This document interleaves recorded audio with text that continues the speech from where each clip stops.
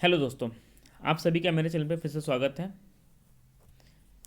Interview preparation के लिए बहुत कुछ आपको सोचने की ज़रूरत नहीं है। जितना आपने पढ़ा हुआ है अभी तक रिटर्न के लिए उतना काफ़ी है। बस थोड़ा सा आप उसमें बेसिक्स जोड़ लें। आप बोल सकते हैं कि हाँ, क्योंकि क्या होता है कि हम बड़े बड़े क्वेश्चन तो पढ़ लेते हैं, लेकिन बेसिक जो है फंडामेंटल्स हैं, या फिर किसी भी पर्टिकुलर टॉपिक आप ले लें, चाहे बॉयलर टरबाइन या फिर हीट ट्रांसफर, जो भी चीज़ें हैं वो फंडामेंटल्स के बेसिक्स हैं, वो हम ध्यान नहीं देते हैं। हम बड़े बड़े चीज़ें पढ़ लेते हैं, लेकिन छोटे छोटे चीज़ें को छोड़ देते हैं। तो मेरा फोकस उन्हीं सभी छोटे छोटे चीज़ों पर है। बाकी आपने तो पढ़ा हुआ है, आपने जितना पढ़ा है वो काफ़ी है। रिटर्न निकल जाने के बाद नो डाउट इंटरव्यू के चांसेस काफ़ी रहते हैं। तो बस अपना आप कॉन्फिडेंस रखें। हाँ, स्मार्ट बने, ओवर स्मार्ट ना बने। इतना ही रहे कि हाँ, जितना आपसे पूछा जाए उतना ही आंसर दें। उसमें आप अपना कुछ एड ऑन ना करें, क्योंकि उससे क्या होता है कि या तो आप कंफ्यूज हैं या फिर आप ओवर स्मार्ट बन रहे हैं। तो ऐसा कोशिश ना करें। और दूसरी बात कि आपको मतलब अगर बोल सकते हैं कि हाँ, अगर कुछ नहीं आता है, कोई क्वेश्चन नहीं आता है, तो सीधे उसको बोल दे, सर मुझे अभी नहीं आता है। तो आप उसको स्किप कर सकते हैं। आपके पास ऑप्शन होता है, तो ज़रूरी नहीं है, हो सकता है आपको 2 या 3 क्वेश्चन भी नहीं आए, तो आप उसको स्किप कर दीजिए। उसमें उसमें स्किप करने से कोई प्रॉब्लम नहीं होगा। लेकिन अगर आप उसको होता है ना कि हाँ, एक खींचना होता है कि हम मुझे नहीं पता है फिर भी उसको खींच रहे हैं, तो वहाँ पे आप आपके लिए वो प्रॉब्लम क्रिएट कर सकता है। तो चलिए स्टार्ट करते हैं अपना टॉपिक, ज़्यादा टाइम न लेते हुए।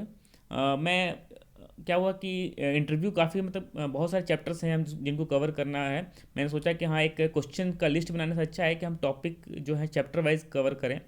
तो इस फर्स्ट पार्ट आप बोल सकते हैं इसको, ये फर्स्ट पार्ट इंटरव्यू का, उसमें मैंने फंडामेंटल्स और हीट ट्रांसफ़र के 2 टॉपिक को कवर किया है। ठीक है। तो उसके जो क्वेश्चंस अराइज हुए हैं उनके आंसर्स को हम इसमें कोशिश किया है कि 1 वर्ड में आंसर को समराइज़ किया जा सके। थोड़ा सा एलिबोरेट मैं कर सकता हूँ, बट लेकिन आपको वहाँ पर केवल 1 वर्ड ही आंसर देना है, 1 या 2 वर्ड में आंसर देने हैं, ताकि आपको ज़्यादा प्रॉब्लम ना हो, ज़्यादा आपको ऐसा ना हो कि मतलब आप फिर क्वेश्चन उससे उससे क्रॉस क्वेश्चन ना हो। ठीक है। चलिए स्टार्ट करते हैं अपना टॉपिक, क्वेश्चन से स्टार्ट करते हैं। पहला क्वेश्चन है, what are the energy present in fuel. सीधा सीधा बात है कि किस टाइप की एनर्जी फ्यूल में होती है, तो केमिकल एनर्जी। उसके बाद अगर वो पूछते हैं कि हाँ, केमिकल एनर्जी कौन कौन से केमिकल्स होते हैं, तो आप बताइए कि हाँ, हाइड्रोकार्बन्स होते हैं, carbon, hydrogen, sulphur, nitrogen etcetera जो भी हैं वो आप बोल सकते हैं, लेकिन आपको बस 1 वर्ड में है chemical energy. What energy conversion take place in boiler. Boiler में कौन कौन सा एनर्जी कन्वर्जन होता है, तो वो भी सिंपल सा है, chemical energy to heat energy में बॉयलर में जब हम फ्यूल को बर्न करते हैं तो हीट जनरेट होता है। केमिकल एनर्जी जो फ्यूल के अंदर होती है वो एक्सोथर्मिक रिएक्शन के थ्रू हीट जनरेट करती है। ठीक है, बॉयलर में, और ये हीट ट्रांसफ़र होता है हमारे वाटर को, जो वाटर फ्लो हो रहा है, और वो क्या होता है उसके वाटर में जब फ्लो होता है उसकी क्या होता है, अगर हम किसी भी चीज़ को हीटअप करते हैं, मैंने भी डिस्कस किया था पहले भी, तो क्या होता है उसकी वेलोसिटी बढ़ती है, तो उसका वेलोसिटी बढ़ा यानी कि काइनेटिक एनर्जी बढ़ जाती है। तो वहाँ दूसरा कन्वर्जन हो जाता है कि बॉयलर में ही, कि दूसरा हमारा काइनेटिक एनर्जी बढ़ जाएगी। तो पहला कन्वर्जन हीट एनर्जी में, और दूसरा काइनेटिक एनर्जी में जब वो स्टीम फॉर्म होता है। ठीक है। When material is heated what happen to the speed of its molecule. No doubt पहले भी डिस्कस किया हुआ है हमने कि उसकी वेलोसिटी बढ़ जाएगी। What is theoretical lowest temperature possible in universe. 0 kelvin temperature. ठीक है। What is absolute zero temperature, -273 degree. सीधा बात है कि हाँ, हम 273 केल्विन में डिग्री सेंटीग्रेड, जब हम degree centigrade to Kelvin convert करते हैं तो 273 प्लस करते हैं, तो उसमें से अगर 0 केल्विन है तो माइनस कर देंगे, 273.15 डिग्री सेंटीग्रेड माइनस कर देंगे, तो इतना आएगा माइनस में, माइनस में इतना डिग्री सेंटीग्रेड आएगा। ठीक है। What is difference between gauge pressure and absolute pressure. हमें पता है, वेल नोन है, gauge pressure is equal to absolute pressure minus atmospheric pressure. Either आप बोल सकते हैं कि absolute pressure is equal to gauge pressure plus atmospheric pressure. ठीक है। 1 किलो कैलोरी यानी कि 1 kilo calorie how much kilo joule. ठीक है, 4.18 kilo joule. What is specific heat. Specific heat क्या होता है।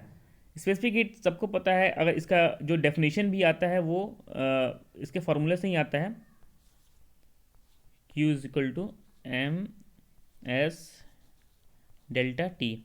तो सीधा स्पेसिफिक हीट क्या है, एस है। तो दिया है amount of heat required to raise temperature, amount of heat required to raise temperature of unit mass, यानी कि एक यूनिट मास का टेम्परेचर 1 डिग्री सेंटीग्रेड बढ़ाने के लिए जितनी हीट की आवश्यकता होती है उसको हम बोलते हैं स्पेसिफिक हीट। ठीक है, स्पेसिफिक हीट की अगर हम बात करें कि वाटर का specific heat 1 kilo calorie per KG, भाई देखना पड़ेगा इसमें। एंड अगर स्टीम की बात करें तो 0.5 kilo calorie per KG, degree centigrade भी। ठीक है,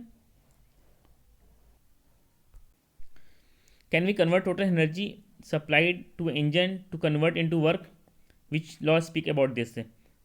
पॉसिबल नहीं है। ठीक है, हमने पहले भी पढ़ा हुआ है कि सेकेंड लॉ ऑफ थर्मोडायनेमिक्स बारे में कि हमें पता भी है कि हमारी जो एफिशिएंसी कभी भी 100% नहीं हो सकती है। ठीक है, वो हमने पहले भी पढ़ा हुआ है कि हमारे कभी भी किसी भी सिस्टम की एफिशिएंसी 100% नहीं हो सकती है। यहाँ पे क्या होगा, अगर पूरा पूरा हीट सप्लाइड वर्क में कन्वर्ट हो जाएगा तो हमारी एफिशिएंसी क्या हो जाएगी, 100% हो जाएगी, जो पॉसिबल नहीं है। तो ये हमारे सेकेंड लॉ ऑफ थर्मोडायनेमिक्स में एक्सप्लेंड है। ठीक है, उसी की वजह से हमारा ऐसा होता है। What is cyclic process? Cyclic process क्या होता है?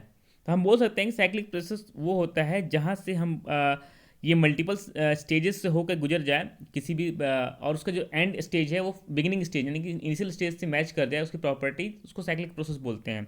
डेफिनेशन के पॉइंट ऑफ व्यू से बोले कि when system move from a given initial state, किसी भी एक इनिशियल स्टेज से स्टार्ट होता है और मल्टीपल स्टेजेस से होते हुए फाइनली अपने इनिशियल स्टेज पे आ जाता है, उसको साइक्लिक प्रोसेस बोलते हैं।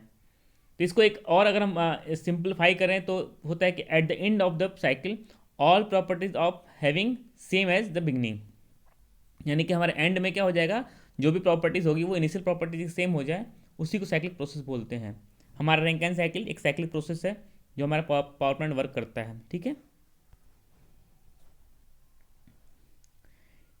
It is possible to build an engine working on Carnot cycle? क्या कार्नोट साइकिल पे हमारा कोई इंजन पॉसिबल है? नहीं पॉसिबल है, क्योंकि क्या होता है कि कार्नोट साइकिल अगर आप देखेंगे तो आपको दो,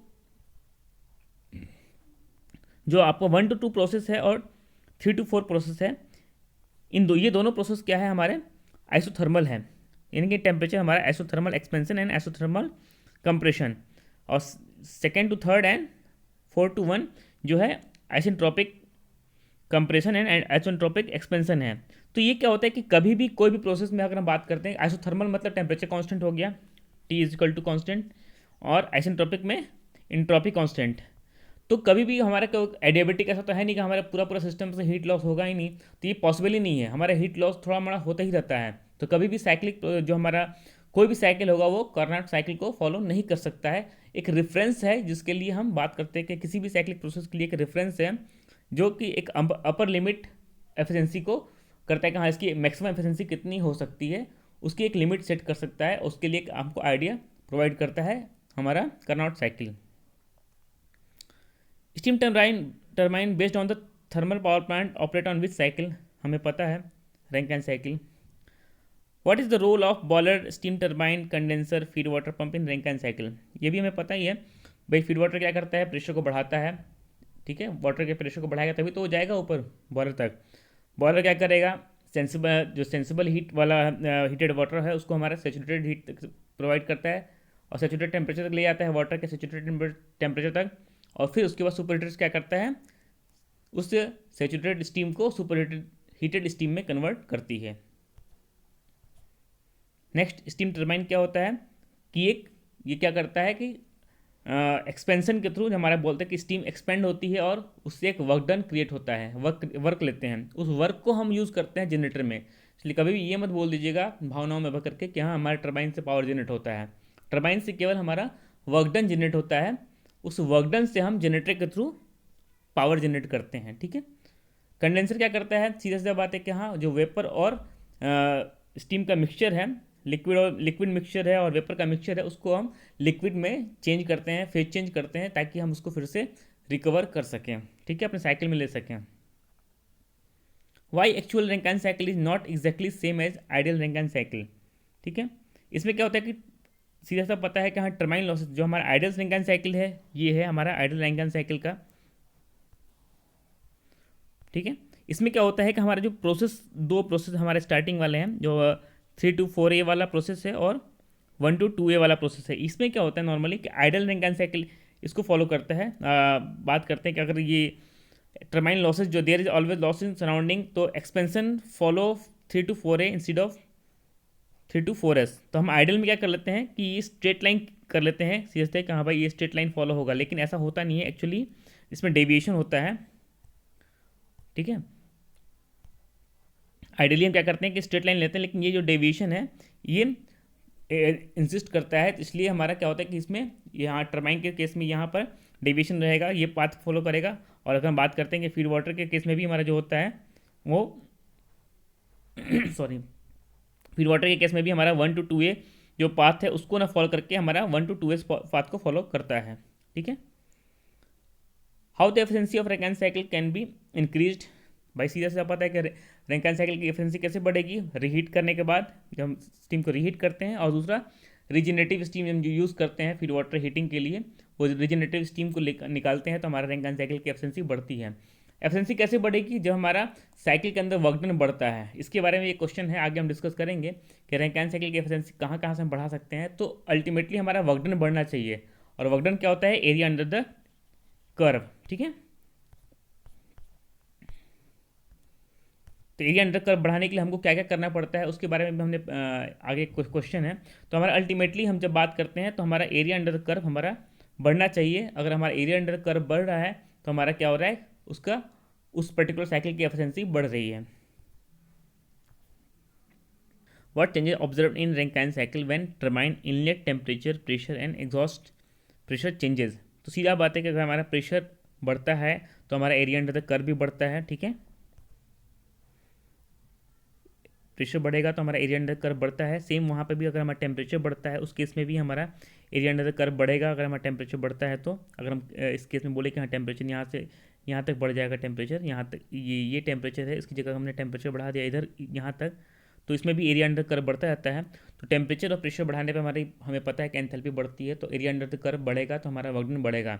लेकिन कंडेंसर के केस में अगर हम बात करें एग्जॉस्ट प्रेशर केस में, उस केस में अगर हमारा एरिया अंडर द कर्व यानी कि प्रेशर, एग्जॉस्ट प्रेशर कम कर देंगे तो हमारा जो एरिया अंडर द कर्व, यानी आप देख पा रहे हैं पहले अगर प्रेशर इतना है उसके बाद हमने अगर उसको प्रेशर को रिड्यूस कर दिया यहाँ पर, तो उस केस में ये वाला एरिया ज़्यादा है एज़ कम्पेयर टू इस एरिया के चक्कर में। ठीक है, तो हमारा क्या होता है कि हमारा कंडेंसर यानी एग्जॉस्ट प्रेशर अगर हम कम करते हैं तो हमारा वर्क डन बढ़ता है, और प्रेशर टेम्परेचर केस में हम जब प्रेशर और टेम्परेचर को बढ़ाते हैं तो हमारा वर्क डन बढ़ता है। ठीक है, combined cycle power plant work on which cycle. ये कंबाइंड साइकिल के लिए नॉर्मली पूछ लिया जाता है कभी कभी, वैसे ज़रूरी नहीं है। अगर आपके यहाँ, हमारे यहाँ तो ऐसा नॉर्मली पावर प्लांट में कंबाइंड साइकिल तो नहीं है, लेकिन एक क्वेश्चन ठीक आता है। तो ये ब्राइटन साइकिल पे करता है। What are the main equipments on Brayton cycle, compressor, combustion chamber, expansion turbine. ठीक है,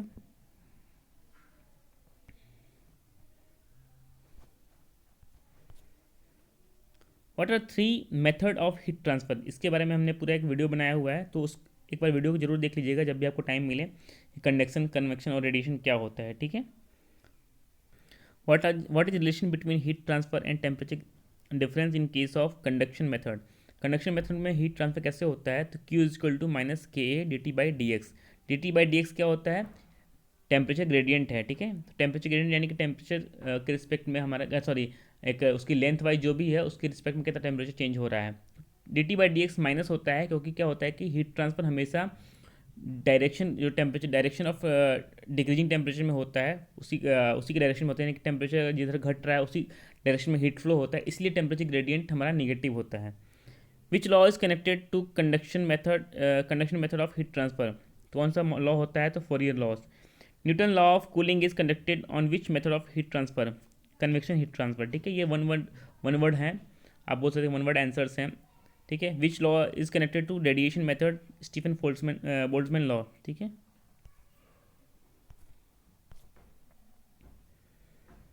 what are relation between heat transfer and surface temperature in case of radiation method of heat transfer.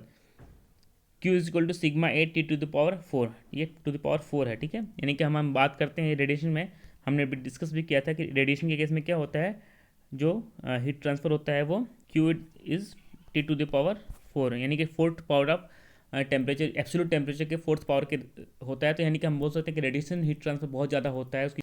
What is black body, when all the incident radiation is observed by a body and there is no reflection and transmission, यानी कि जो वो body जो पूरा heat अगर उसके ऊपर आता है वो एब्जॉर्ब कर लेता है, उसमें से कुछ भी बाहर रिफ्लेक्ट नहीं होने देता है और कुछ भी ट्रांसमिट नहीं होने देता है, उसको ब्लैक बॉडी बोलते हैं। उसमें एब्जॉर्प्शन की बात करें कि अल्फा इज इक्वल टू 1, यानी कि ब्लैक बॉडी का जो एब्जॉर्प्शन होता है वो 1 होता है, बाकी रिफ्लेक्शन एंड ट्रांसमिशन 0 होता है। In which method heat transfer take place in boiler, ये बहुत बार पूछ लिया जाता है, जेन्युइन क्वेश्चन है कि हाँ भाई बॉयलर में किस टाइप का हीट ट्रांसफर होता है। तो हमारे तीनों मेथड से हीट ट्रांसफर होता है। इसके बारे में भी हमने जो कंडक्शन कन्वेक्शन यानी कि हीट ट्रांसफर का जो वीडियो बनाया है, एक बार जरूर देख लीजिएगा जब भी आपको टाइम मिले, कि कैसे हीट ट्रांसफर किस किस मोड में हमारा होता है। तो हमारे तीनों मेथड से हीट ट्रांसफर होता है बॉयलर के अंदर, कैसे होता है क्या होता है वो एक बार आप वीडियो देखेंगे तो ज़्यादा आपको क्लियर होगा। चलिए मिलते हैं नेक्स्ट टॉपिक में, नेक्स्ट इंटरव्यू के टॉपिक में। तब तक के लिए ये क्लियर ख़त्म करते हैं। Thank you so much, bye bye.